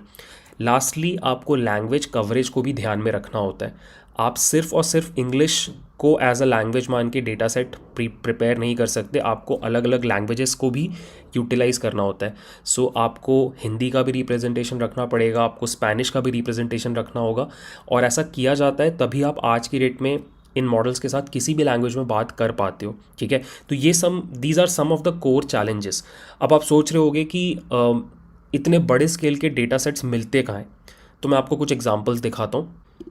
एक बहुत फेमस डेटा सेट है जो ऑलमोस्ट सारे के सारे जो बड़े प्लेयर्स हैं वो यूज़ करते हैं, और वो है common crawl. Common crawl is basically पूरे इंटरनेट का डेटा इन अ वे। यहाँ पे आपको 300 बिलियन पेजेस का डेटा सेट मिलता है बिल्कुल फ्री, और ये काइंड ऑफ पिछले 18 सालों में एक्यूमुलेट किया गया है। 2007 से इसके ऊपर काम चल रहा है, और इसमें हर तरह का डेटा आपको मिल जाएगा। Web pages, research papers, ebooks, हर तरह का डेटा आपको यहाँ पे मिलेगा। इसके अलावा एक और फ्री डेटा सेट है ओपन टेक्स्ट 2, जहाँ पे आपको रेडिट का डेटा मिल जाएगा 2005 से लेके 2020 तक। इसके अलावा विकीपीडिया को यूज़ किया जाता है मॉडल्स को ट्रेन करने के लिए। अगर आप कोई स्पेसिफिक डोमेन में अपने मॉडल को ट्रेन करना चाहते हो तो फिर वो डोमेन स्पेसिफिक डेटा यूज़ किया जाता है। फॉर एग्जांपल, आप कोडिंग स्पेसिफिक LLM बिल्ड कर रहे हो तो हो सकता है आप गिटहब के ऊपर काम करो। तो ये सब कुछ यहाँ पे कंसिडरेशंस चल रही होती हैं जब आप मॉडल को ट्रेन कर रहे होते हो, और बहुत चैलेंजिंग है ये पूरा काम। खुद सोच के देखो, आपके पास 500 GB या 1000 GB का डेटा सेट है और उतने बड़े डेटा पे आपको अपने मॉडल को ट्रेन करना है, तो इसके अराउंड डेटा इंजीनियरिंग कंसर्न्स बहुत डेवलप हो जाते हैं। उसके अलावा कॉपीराइट इश्यूज़ बहुत होते हैं। आपने न्यूज़ में सुना होगा कि किसी पर्टिकुलर मॉडल को किसी कंपनी ने या किसी इंस्टीट्यूशन ने सू कर दिया बिकॉज उस कंपनी ने फाउंडेशन मॉडल्स को ट्रेन करते टाइम वो डेटा बिना पूछे यूज़ कर लिया। अभी रिसेंटली एंथ्रोपिक का न्यूज़ आया था कि उनको कुछ बिलियंस ऑफ डॉलर्स पे करने पड़ गए एज फाइन बिकॉज उनकी ट्रेनिंग में कुछ ऐसा डेटा पाया गया जो अनऑथोराइज था, ठीक है? तो ये एक बहुत ही तगड़ा, बहुत ही इंपॉर्टेंट फोकस एरिया है जिसके ऊपर काफ़ी काम चलता है फाउंडेशन लेयर में। अगला जो फोकस एरिया है वो है model implementation, and this is where you take that idea from the research layer and you implement it in code, ठीक है? आप आर्किटेक्चर को उठाते हो और उसको कोड में कन्वर्ट करते हो सो दैट आप एक्चुअल ट्रेनिंग परफॉर्म कर पाओ। अब आप सोचोगे कि ये कौन सी बड़ी बात है, ट्रांसफॉर्मर आर्किटेक्चर हमें रिसर्च लेयर में मिल जा रहा है, उसको सीधे सीधे कोड में कन्वर्ट कर दो। बट ऐसा नहीं है, यहाँ पे आपको बहुत सारे कंसिड्रेशंस के बारे में सोचना पड़ता है। फॉर एग्ज़ाम्पल, आपको सबसे पहले मॉडल की टोपोलॉजी फाइनल करनी पड़ती है कि आप ट्रांसफॉर्मर यूज़ करना चाहते हो या फिर उसका कोई वेरिएंट यूज़ करना चाहते हो या फिर स्टेट स्पेस मॉडल यूज़ करना चाहते हो या कोई हाइब्रिड आर्किटेक्चर यूज़ करना चाहते हो। एक बार आपने मॉडल टोपोलॉजी फाइनल कर ली, उसके बाद नेक्स्ट आप फोकस करते हो इस बात पे कि आपके मॉडल का स्केल क्या होगा। स्केल का मतलब उसमें कितने पैरामीटर्स होंगे, कितने लेयर्स आप ऐड करोगे। उसके बाद आप ये सोचते हो कि आप कौन सा पोजिशनल एनकोडिंग स्ट्रैटेजी यूज़ करोगे। आप इस बारे में सोचते हो कि क्या आपको कोई ऑप्टिमाइजेशन टेक्निक यूज़ करनी है, सच एज़ फ्लैश अटेंशन और मिक्स प्रिसिजन ट्रेनिंग। आप इस बारे में फोकस करते हो कि आपका लर्निंग रेट कितना होगा और आप उसको कैसे वेरी करोगे। आप ये सोचते हो कि आपको कोई नॉर्मलाइजेशन या रेगुलराइजेशन टेक्निक यूज़ करनी है कि नहीं। आप इस बारे में फाइनलाइज करते हो कि आपको कौन सा ऑप्टिमाइज़र यूज़ करना है। तो ये सारा कंसिड्रेशन यहाँ पे डिस्कस किया जाता है और एक बार ये सब कुछ जब डिस्कस हो जाता है तो फाइनली उसको कोड में इम्प्लीमेंट किया जाता है। एक कोड लिखा जाता है जिसके ऊपर फाइनल ट्रेनिंग परफॉर्म होगी। And this is where applied scientist work. ऐसे प्रोफेशनल्स जिनको रिसर्च का भी बहुत आइडिया है but at the same time उनके पास हैंड्स ऑन नॉलेज भी है कि पाइटॉर्च में उस आइडिया को कैसे कोड किया जाए। और यहाँ पे डेटा साइंटिस्ट लोगों का भी बहुत फीडबैक मैटर करता है। तो all in all this is a very very important focus area. इसको आप काइंड ऑफ फाउंडेशन लेयर का बैकबोन भी बुला सकते हो। फाउंडेशन लेयर का अगला फोकस एरिया है डिस्ट्रीब्यूटेड ट्रेनिंग। अब इस पॉइंट पे आपके पास मैसिव स्केल का डेटा सेट आ चुका है और आपने अपने मॉडल आर्किटेक्चर को कोड में इम्प्लीमेंट कर लिया है। अब नेक्स्ट है ट्रेनिंग। बट यहाँ पे जो ट्रेनिंग होती है ना, वो नॉर्मल डीप लर्निंग मॉडल्स की तरह नहीं होती। सिंस ये बहुत बड़े स्केल की ट्रेनिंग है, ये पॉसिबल ही नहीं है कि आप इतने बड़े स्केल की ट्रेनिंग को सिर्फ एक सिंगल मशीन या सर्वर पे परफॉर्म कर पाओ। तो जनरली क्या किया जाता है कि आप डिस्ट्रीब्यूटेड ट्रेनिंग करते हो, मतलब आपका ट्रेनिंग अलग अलग मशीन्स पे एक साथ चलता है। So what you do is you prepare multiple GPU clusters on separate servers और फिर आप क्या करते हो कि आप मेगाट्रॉन या फिर डीप स्पीड जैसी लाइब्रेरीज़ की हेल्प से डिस्ट्रीब्यूटेड ट्रेनिंग परफॉर्म करते हो। नेक्स्ट फोकस एरिया है इवैल्यूएशन। सो अभी तक आप डेटा ले आए, मॉडल को इम्प्लीमेंट भी कर लिया कोड में और फिर डिस्ट्रीब्यूटेड ट्रेनिंग की हेल्प से आपने ट्रेनिंग भी परफॉर्म कर ली। अब आपके पास आपका प्री ट्रेन्ड मॉडल है। What will you do next? The obvious thing is to check कि जो मॉडल आपने ट्रेन किया है क्या वो सही से ट्रेन हुआ है कि नहीं। There is only one problem. LLMs and foundation model की ट्रेनिंग में जो इवैल्यूएशन होता है वो थोड़ा ज़्यादा कॉम्प्लेक्स होता है। इट्स नॉट लाइक कि आप क्लासिफिकेशन या रिग्रेशन टास्क के लिए मॉडल्स को ट्रेन कर रहे हो कि आप R2 स्कोर निकालोगे या फिर एक्यूरेसी निकालोगे तो आपका काम हो जाएगा। होता क्या है कि फाउंडेशन मॉडल्स जनरल मॉडल्स होते हैं, विच मीन्स कि वो अलग अलग टास्क पे अच्छा परफॉर्म कर सकते हैं। तो उनको इवैल्यूएट करने के लिए भी अलग अलग मेट्रिक्स एंड बेंचमार्क्स होते हैं। सो मैं आपको कुछ मेट्रिक्स एंड बेंचमार्क्स दिखाता हूँ जो यूज़ किए जाते हैं इवैल्यूएशन में। जैसे कि ये एक बहुत फेमस बेंचमार्क है जिसको हम ग्लू बोलते हैं। इसकी हेल्प से आप किसी भी फाउंडेशन मॉडल का नेचुरल लैंग्वेज अंडरस्टैंडिंग का जो क्वालिटी है वो मेजर कर सकते हो। सिमिलरली एक और बेंचमार्क है by the name of trivia QA। ये एक LLM या फाउंडेशन मॉडल का real world knowledge and question answering capability को टेस्ट करता है। फिर GSM 8K बोल करके एक बहुत फेमस बेंचमार्क है जो रीजनिंग एंड लॉजिकल कैपेबिलिटीज़ को टेस्ट करता है, बेसिक मैथमेटिकल कैपेबिलिटीज़ को टेस्ट करता है। फिर आ गया आपका ह्यूमन इवैल जो कि किसी भी LLM की कोड जनरेशन कैपेबिलिटीज़ को टेस्ट करता है। एंड सिमिलरली और बहुत सारे इस तरह के बेंचमार्क्स हैं, जैसे कि फ्लोर्स 101 है जो मल्टीलिंगुअल मशीन ट्रांसलेशन को टेस्ट करता है। तो ये सब जो लीडर बोर्ड्स आपने सुने होंगे कि इस पर्टिकुलर लीडर बोर्ड में जेमिनाई टॉप कर रहा है या फिर इस पर्टिकुलर लीडर बोर्ड में डीप सीक टॉप कर रहा है, ये सारे के सारे जो लीडर बोर्ड्स हैं ये एक्चुअली किसी ना किसी बेंचमार्क के ऊपर बेस्ड होते हैं और इन्हीं बेंचमार्क्स को यूज़ किया जाता है to perform evaluation once the pre training is done. ठीक है, तो this is also a very crucial step because ये आपको गाइड करता है कि जो चीज़ें आपने अभी तक की क्या वो सही तरीके से हुई या फिर नहीं। सो मॉडल हमारा ट्रेन भी हो गया है और इवैल्यूएट भी हो गया है। तो इस पॉइंट पे हमारे पास एक प्री ट्रेन्ड फाउंडेशन मॉडल है।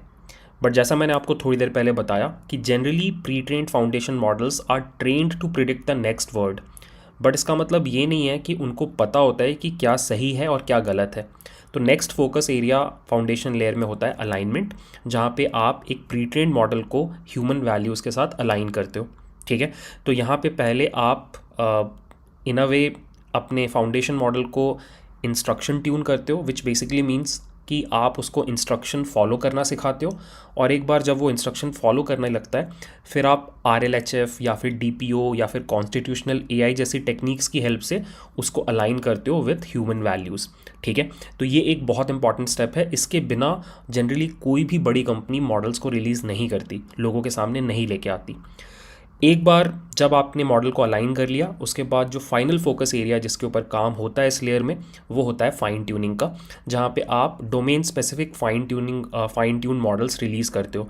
जैसा मैंने थोड़ी देर पहले बताया, आप किसी पर्टिकुलर डोमेन या नीश का डेटा उठा के लाते हो और अपने प्री ट्रेन मॉडल को उस डोमेन के डेटा पे ट्रेन करते हो, तो एसेंशियली आपके पास एक फाइन ट्यून्ड मॉडल आ जाता है फॉर दैट पर्टिकुलर डोमेन। ठीक है, तो ये आपके 6 फोकस एरियाज़ हैं फाउंडेशन लेयर के अंदर। ठीक है, अब ऑब्वियसली इसके अंदर बहुत डिटेलिंग है, इस पॉइंट पे हम बस सरफेस लेवल चीज़ों को स्टडी कर रहे हैं। ठीक है, तो हमने डिस्कस कर लिया कि फाउंडेशन लेयर में क्या होता है, कौन लोग काम करते हैं, what are the key focus areas. अब जल्दी से एक बार डिस्कस करते हैं कि फाउंडेशन लेयर को अपना काम करने के लिए क्या क्या इनपुट में चाहिए होता है। तो यहाँ पे आपको बेसिकली 3 चीज़ें चाहिए। पहला, आपको रिसर्च लेयर से इनोवेशन एंड आइडियाज़ चाहिए। उसके बाद आपको मैसिव डेटा सेट्स चाहिए जो मैंने आपको अभी दिखाए। एंड थर्ड, आपको बहुत सारा कंप्यूट चाहिए और बहुत सारा पैसा चाहिए, बिकॉज मैंने आपको बताया कि इस ग्रेड के, इस लेवल के फाउंडेशन मॉडल्स को ट्रेन करने के लिए करोड़ों रुपए लगते हैं, और वो सिर्फ बड़ी कंपनीज़ के पास ही होता है। ठीक है, तो ये हो गया इनपुट। अब मैं आपको बताता हूँ कि इस लेयर से आउटपुट क्या निकलता है जो अपने मैप में आगे के लेयर्स को मिलता है। सो यहाँ पे आपको बेसिकली या तो प्री ट्रेन्ड मॉडल्स मिलते हैं, या फिर अलाइंड मॉडल्स मिलते हैं, या फिर फाइन ट्यून मॉडल्स मिलते हैं। ये 3 ही चीज़ें इस लेयर से एज आउटपुट निकलती हैं आगे के लेयर्स के लिए। सो अभी तक हमने इस मैप में 2 लेयर्स के बारे में पढ़ाई की। पहला है रिसर्च, दूसरा है फाउंडेशन। अब हम मूव करेंगे तीसरे लेयर की तरफ, जो कि है प्लेटफॉर्म लेयर। सो प्लेटफॉर्म लेयर का फंडा क्या है, मैं आपको समझाता हूँ। अभी तक का हमारा जो पूरा डिस्कशन का फ्लो रहा है वो कुछ ऐसा है कि कोई भी नया AI इनोवेशन जो होता है वो रिसर्च लेयर में होता है। मान लो हमने कोई नया न्यूरल नेटवर्क आर्किटेक्चर बनाना है, इन्वेंट करना है, वो सारा का सारा काम रिसर्च लेयर में होगा। और अगर वो न्यूरल नेटवर्क आर्किटेक्चर बहुत ही तगड़ा निकला तो फिर बड़ी कंपनीज़ उस आर्किटेक्चर को लेकर के उसके ऊपर जाइंट फाउंडेशन मॉडल्स को ट्रेन करती है in the foundation layer. But foundation layer के एंड में हमारे पास जो फाउंडेशन मॉडल होता है वो कंपनी के पास ही होता है, वो अभी यूज़र्स तक नहीं पहुंचा होता है। तो फिर प्लेटफॉर्म लेयर यहाँ पे आती है, और प्लेटफॉर्म लेयर का काम क्या है कि वो ट्रेंड फाउंडेशन मॉडल्स को उठा करके यूज़र्स तक पहुँचाता है। सो यहाँ पे अगर हम बात करें कि प्लेटफॉर्म लेयर एग्जैक्टली है क्या, तो बहुत सिंपल शब्दों में platform layer brings foundation models online in front of users so that users उसको यूज़ कर पाएँ। ठीक है, सिंपल एग्जांपल लेके देखते हैं। आप एक डेवलपर हो, आपका काम है software products banana, but suddenly से आपने रियलाइज़ किया कि ये फाउंडेशन मॉडल्स मार्केट में आ गए हैं, LLMs मार्केट में आ गए हैं, और आपको लगता है कि आप अपने सॉफ्टवेयर में नए फीचर्स ऐड कर सकते हो, AI फीचर्स ऐड कर सकते हो। तो खुद सोच के देखो, आप OpenAI के GPT मॉडल्स को कैसे यूज़ करोगे। फ़िलहाल वो GPT मॉडल OpenAI के पास हैं। Obviously the answer is through APIs। So OpenAI क्या करेगी कि अपने फाउंडेशन मॉडल के अराउंड APIs बना देगी, और एज अ डेवलपर मैं उनकी वेबसाइट पे एक अकाउंट बनाऊंगा, और फिर उन APIs के थ्रू मैं उनके फाउंडेशन मॉडल्स के साथ इंटरैक्ट करूंगा। Same is true for Anthropic, same is true for Google Gemini. ठीक है, तो this is how platform layer works. Platform layer में जो सबसे इंपॉर्टेंट काम है वो ये है कि जो जाइंट फाउंडेशन मॉडल ट्रेन हुआ है फाउंडेशन लेयर में, उसको हमें उठा करके यूज़र्स के सामने रखना है, सो दैट हमारे जो यूज़र्स हैं, इन आर केस डेवलपर्स, वो इफ़ेक्टिवली उस फाउंडेशन मॉडल को अपने पर्पस के लिए यूज़ कर पाए। तो प्लेटफॉर्म लेयर का अगर हम पर्पस डिस्कस करें तो पर्पस बहुत सिंपल है, to provide easy, reliable and scalable access to foundation models through APIs and tools. यही पर्पज़ है प्लेटफॉर्म लेयर का, ठीक है।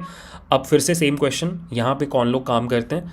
तो यहाँ पे अगेन बहुत तरह के जॉब प्रोफाइल्स हैं। सबसे पहला है एपीआई डेवलपर्स या बैकएंड डेवलपर्स, जो लोग वो एपीआईज लिखते हैं जो फाउंडेशन लेयर के फाउंडेशन मॉडल्स के साथ इंटरैक्ट कर रही है।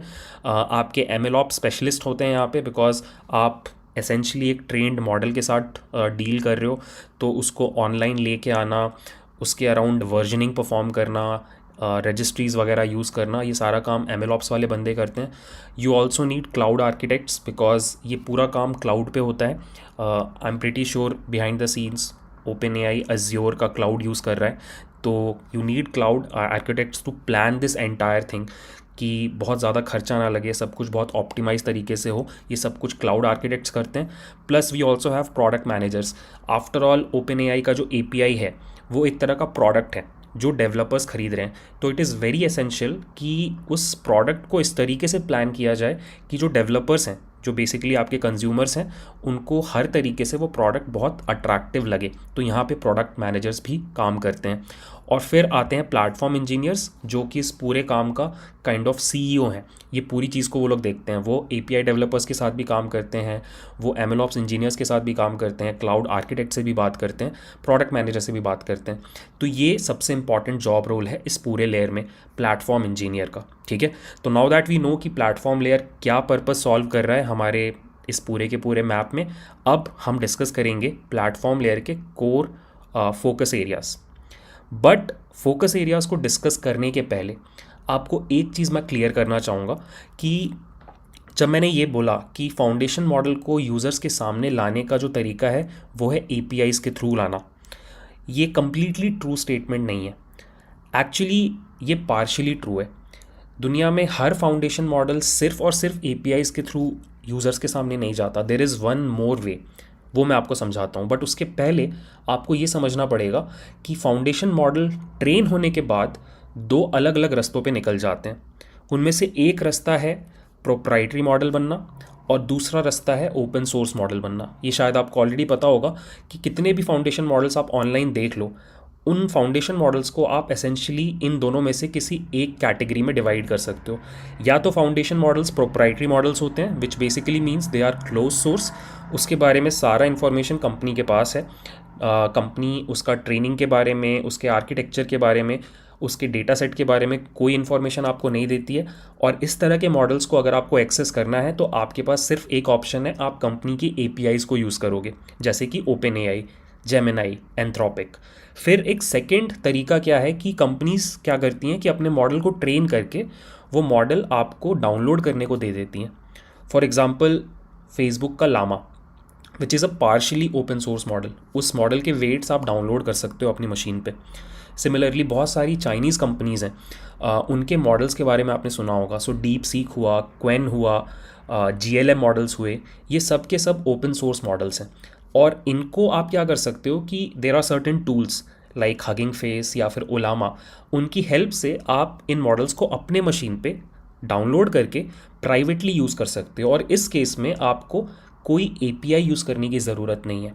तो ये एक चीज़ आपको समझानी ज़रूरी थी कि there are two philosophies in the platform layer, one is proprietary models, second is open source models. और डिपेंडिंग ऑन इन दो philosophies there are different ways in which the model reaches the user. तो एक बार हम डिस्कस करते हैं 4 अलग डिलीवरी मोड्स जिनके थ्रू फाउंडेशन मॉडल यूज़र तक पहुंचता है। सो सबसे पहला डिलीवरी मोड है मॉडल एपीआईज़, और इसके बारे में हमने ऑलरेडी डिस्कशन कर लिया कि अगर आप एक कंपनी हो और आपका खुद का एक प्रोप्राइटरी फाउंडेशन मॉडल है जो आप यूज़र्स के साथ शेयर नहीं करना चाहते, आप नहीं चाहते कि आपका मॉडल लोग डाउनलोड करके यूज़ करें, तो आप क्या करते हो कि अपने मॉडल के अराउंड एपीआईज़ बना देते हो। और फिर जो डेवलपर्स / यूज़र्स होते हैं वो आपकी एपीआईज़ को यूज़ करते हैं और डायरेक्टली फाउंडेशन मॉडल के साथ इंटरैक्ट नहीं करते, ठीक है। तो इसका बहुत अच्छा एग्जांपल है ओपन एआई प्लेटफॉर्म। इस पर्टिकुलर वेबसाइट पे आप अकाउंट बना के ओपन एआई के एपीआईज़ के थ्रू ओपन एआई के किसी भी जीपीटी मॉडल के साथ इंटरैक्ट कर सकते हो। आई एम प्रीटी श्योर आपने पास्ट में किया भी होगा। तो ये हो गया एक डिलीवरी का तरीका। This is one way using which foundation model reaches the user. Second एक बहुत इंटरेस्टिंग तरीका है क्लाउड एआई प्लेटफॉर्म्स। तो ये एक कम्प्लीटली अलग टाइप ऑफ ऑडियंस को केटर करता है। सो ये बेसिकली बना हुआ है बिजनेस यूज़र्स के लिए या कंपनीज़ के लिए। सो मान लो आप एक कंपनी के लिए काम करते हो और आप एक चैटबॉट बनाना चाहते हो। ऑब्वियसली आपको चैटबॉट बनाने के लिए एक फाउंडेशन मॉडल की ज़रूरत पड़ेगी। बट प्रॉब्लम क्या है कि अगर मैं फर्स्ट वाले रास्ते जाऊँगा और मैं ओपन एआई की एपीआईज यूज़ करूँगा to build my company's chatbot, तो इस पूरे सिनारियो में मेरा कंपनी का जो प्राइवेट डेटा है वो ओपन एआई के पास चला जाएगा, और मैं ऐसा नहीं चाहता। तो what are my options? So the option is कि there are certain cloud AI platforms like AWS Bedrock. ये लोग क्या करते हैं कि ये लोग अपने क्लाउड इंफ्रास्ट्रक्चर पे आपके और आपकी कंपनी के लिए फाउंडेशन मॉडल्स को काइंड ऑफ इंस्टॉल कर देते हैं और APIs भी बना के आपको दे देते हैं। अब आप सेम चीज़ें कर रहे हो, आप उस API के थ्रू उस फाउंडेशन मॉडल से इंटरैक्ट कर रहे हो, बट इस केस में आपका जो डेटा है वो AWS के इंफ्रास्ट्रक्चर के बाहर नहीं जा रहा, ओपन एआई के पास नहीं जा रहा। तो this is the biggest benefit of this kind of platform. A similar platform is Azure AI foundry. यहाँ पे भी आप बिल्कुल सेम काम कर सकते हो। आपको GPT फाउंडेशन मॉडल यूज़ करना है, बट आप ओपन एआई के पास अपना डेटा नहीं भेजना चाहते, तो आप यहाँ पे अकाउंट बनाओगे और यहाँ पे अपने क्लाउड इंफ्रास्ट्रक्चर पे GPT मॉडल्स को इंस्टॉल कर लोगे, और अज्योर आपको APIs देगा उस GPT मॉडल से इंटरैक्ट करने के लिए। और इस पूरे प्रोसेस में आपका डेटा कभी भी अज्योर का क्लाउड इंफ्रास्ट्रक्चर क्रॉस नहीं करेगा, ओपन एआई के पास आपका डेटा नहीं जाएगा। तो ये जनरली केटर करता है बिजनेस यूज़र्स के लिए या फिर कंपनीज़ के लिए। ठीक है, अब बात करते हैं ओपन सोर्स मॉडल्स की। तो ये पहले जो दो तरीके हैं ये जनरली प्रोप्राइटरी मॉडल्स के लिए यूज़ होते हैं। थर्ड वाला जो तरीका है ये यूज़ होता है ओपन सोर्स मॉडल्स के लिए। तो इस केस में क्या किया जाता है कि सिंस मॉडल ओपन सोर्स है, तो आप किसी प्लेटफॉर्म को यूज़ करके उस मॉडल को यूज़र को दे देते हो डाउनलोड करने के लिए। इसका बहुत अच्छा एग्जांपल है हगिंग फेस या फिर ओलामा, जहाँ पर आप जा कर के ओलामा को डाउनलोड करो अपने मशीन पे, और फिर मॉडल सेक्शन से जा कर के आप कोई भी ओपन सोर्स मॉडल अपने मशीन पे डाउनलोड करके बिल्कुल वैसे ही यूज़ कर सकते हो जैसे आप यूज़ करते अगर आप ओपन एआई की APIs यूज़ करते। Similarly we have LM studio, again a GUI version of Ollama. Again बिल्कुल सेम सेटअप, इस सॉफ्टवेयर को डाउनलोड करो अपने मशीन पे, ओपन सोर्स मॉडल को डाउनलोड करो, बिल्कुल वैसे ही चैट करो जैसे आप चैट GPT के साथ करते हो। ठीक है, तो ये एक और तरीका है जिसके थ्रू फाउंडेशन मॉडल्स यूज़र्स तक पहुंच रहे हैं। फोर्थ एक बहुत इंटरेस्टिंग नई चीज़ निकल के आ रही है और इसको बोला जाता है hosting and acceleration services. So there are certain companies जिन्होंने ये ऑब्जर्व किया कि जब लोग ओपन सोर्स मॉडल्स को अपने मशीन पे डाउनलोड करते हैं तो वो हार्डवेयर उनका थोड़ा सा रिस्ट्रिक्टेड होता है। आपने भी अगर कभी ओपन सोर्स मॉडल अपने मशीन पर डाउनलोड किया होगा तो आपने ये रियलाइज़ किया होगा कि आप जब चैट करते हो उन मॉडल्स के साथ तो जनरली आपका जो टोकन पर सेकेंड स्पीड है वो बहुत स्लो रहता है, और इन जनरल आपका जो इंटरेक्शन होता है LLM के साथ वो बहुत स्लो रहता है, बिकॉज